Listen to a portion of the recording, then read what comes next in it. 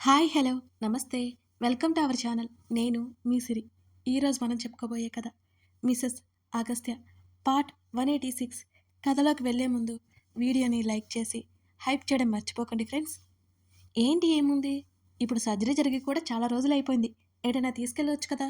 ఇంతకు ముందంటే చాలా కష్టపడింది, తన కోసం తను బ్రతికిందే లేదు. ఇప్పుడు కూడా మీరు కూడా అలాగే వదిలేస్తారా ఏంటి? శ్రీద మాటలు వింటూనే గది దగ్గర ఆగిపోయింది చందన. చందన వింటున్న సంగతి వాళ్ళిద్దరికీ తెలీదు. అన్నాడు. ఏంటి అసలు మీకు రెస్పాన్సిబిలిటీ లేదు డాడీ అన్నది శ్రీద. ఈ మాత్రం దానికే అన్నాడు. ఆ హాయిగా ఓ 10 రోజులు తిరిగి రావచ్చు కదా.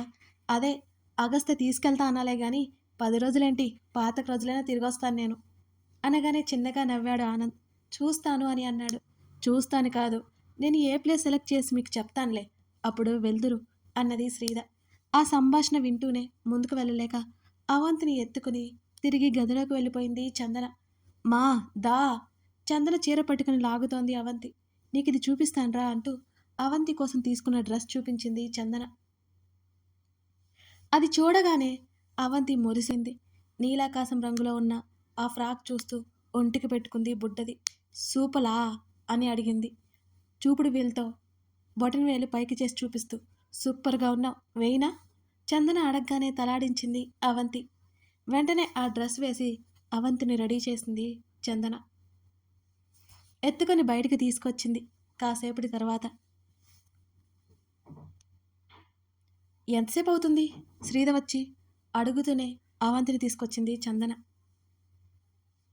ఇప్పుడే అంటూ చందన వైపు తిరిగి నవ్వుతూ సమాధానమిస్తూ కూతుర్ని చూసి ఒక్క క్షణం ఆశ్చర్యపోయి అంతలోనే నవ్వుకుంది శ్రీద. మమ్మీ అంటూ అరిచింది ఆ బుజ్జి అవంతి. ఆ ఫ్రాక్లో బుట్ట బొమ్మలా పరిగెత్తుకుంటూ వచ్చి శ్రీద కాళ్లను చుట్టేసింది. అవంతి అంత సంతోషపడుతుంటే మురుసుకుంటూ చూసింది చందన. ఆ క్షణం ఆమె చూపులన్నీ అవంతి మీదనే ఉన్నాయి. వావ్ బేబీ, క్యూట్గా ఉన్నావు, అచ్చు మీ డాడీ చెప్పినట్టే ప్రిన్సెస్లా. తల్లి చెప్తుంటే అవంతి కళ్ళు పెద్దవి చేసి తెగ సంతోషంగా ఫీల్ అయిపోతూ చూసింది. తాత అంటూ ఆనంద్ దగ్గరికి వచ్చి అడిగింది. ఏంజెల్లా ఉన్నావు ఆనంద్ చెప్తూ చెంపనెమరగానే ఇంకా ఆనందానికి అవధులే లేవు అవంతికి. వెంటనే మళ్ళీ వెనక్కి తిరిగి చందన దగ్గరికి పరిగెత్తి ఒళ్ళో కూర్చుంది. అంతలోనే తన తల్లి తిడుతుందేమో అని భయంగా పక్కన కూర్చోబోతుంటే చందన తన ఒడిలోనే పెట్టుకుంది. తల్లి వైపు చూసింది అవంతి. మీ మమ్మీ ఏమీ అనలేదు, అప్పుడంటే నా హెల్త్ బాలేక అలా చెప్పింది. అవంతికి అర్థమయ్యేలా చెప్పింది చందన. అవంతి ముఖంలో మళ్ళీ వెలుగు వచ్చి చందన్ని గట్టిగా కౌగిలించుకుని చెంప మీద ముద్దు పెట్టుకుంది.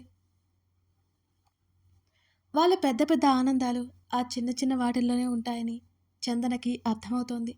అవంతి ముద్దుతో ఆమె మనసు పులకించినట్టుగా అనిపించింది. నచ్చిందా నీకు చందన నవ్వుతూ అడుగుతుంటే చేతులు రెండు బార్లా చాపి చూపించింది అవంతి. ఇంత నచ్చింది ముద్దుగా చెప్తుంటే మరోసారి హత్తుకుని ముద్దు పెట్టుకుంది చందన. రవణమ్మతో సహా ముగ్గురు వాళ్ళిద్దరినీ చూస్తుండిపోయారు. చందన ఆనంద్ అలా చూసుకుని మళ్ళీ చూపులు తిప్పుకోవడం శ్రీద ఓ కంట గమనిస్తూనే ఉంది. ఎంత వయసు వచ్చినా భార్య భర్తలు గొడవ అన్నాక ఇలాగే ఉంటాయని తెలిసి శ్రీద ముసిముసిగా నవ్వుకుంది. అందులోనూ చందన్ని చూస్తుంటే తనలాగే చిన్నపిల్లల ఆలోచిస్తుందేమో అనిపించి మళ్ళీ నవ్వొచ్చింది శ్రీదకి. ఈరోజు నేను వంట చేస్తాను శ్రీద అనగానే చందన సరే అనబోయేలోపు బేబీ ఆనంద్ గట్టిగా అరిచాడు. తండ్రి వైపు కళ్ళు చిన్నవి చేసి కోపంగా చూసింది శ్రీద. డాడీ అని ఉక్రోషంగా చూసింది. వద్దు బేబీ, నేను బయటికి వెళ్తాను అని అన్నాడు ఆనంద్. మీరు ఉండకపోతే అస్సలు బాగా చెప్తున్నా. మరి అగస్త్యలా రియాక్షన్ ఇస్తారేంటి మీరు? తనకు కూడా ఈ మధ్య నేనే వంట చేసి పెడుతున్నా తెలుసా.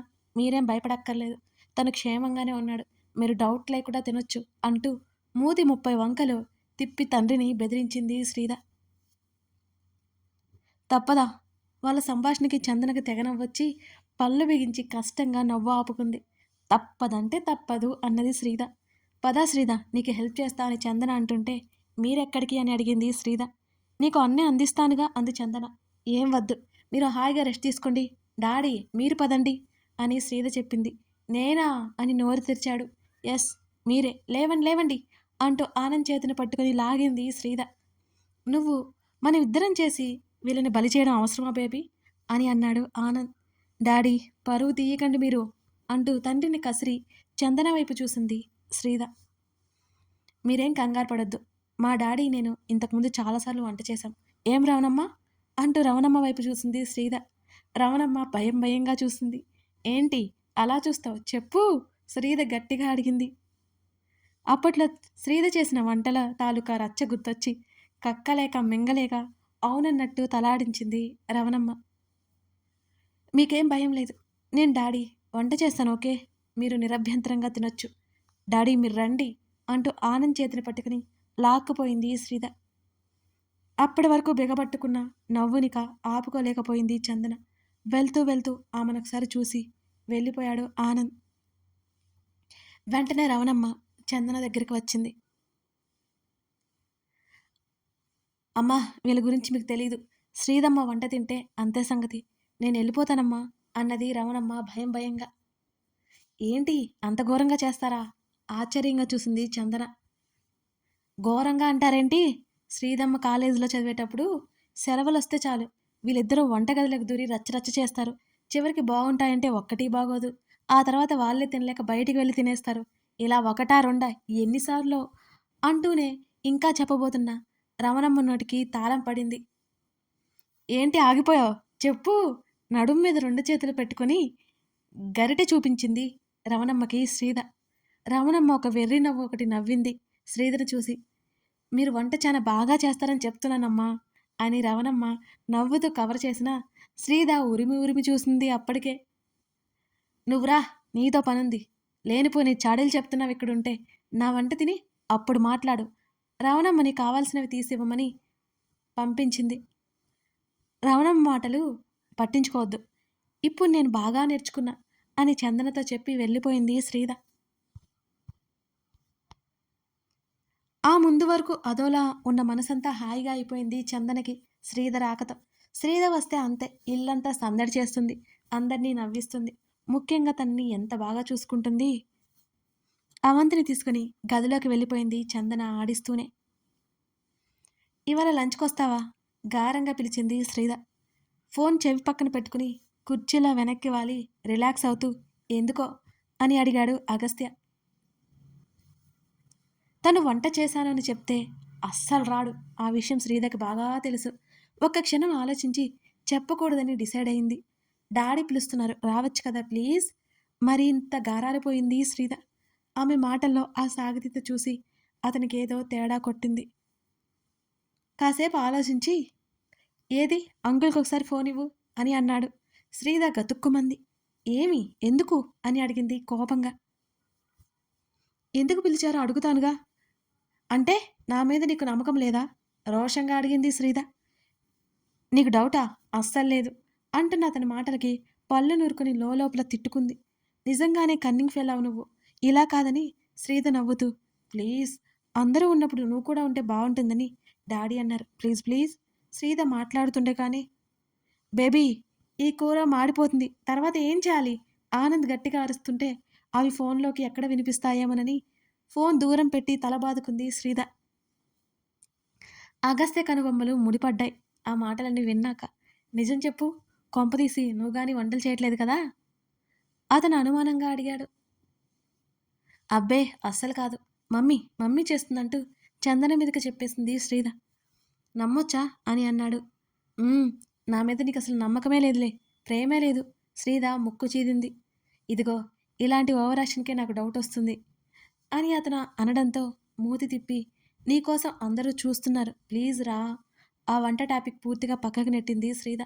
వస్తే నాకేంటి లాభం అని అడిగాడు అగస్త్య నవ్వుకుంటూ. ఏం కావాలి 20 నిమిషాలు 30 నిమిషాలు కిస్ కావాలి నీకు అంతేనా ఆవేశంగా అరిచింది శ్రీధ. అది నీ వల్ల కాదులే అతను పెదవి విరిచాడు.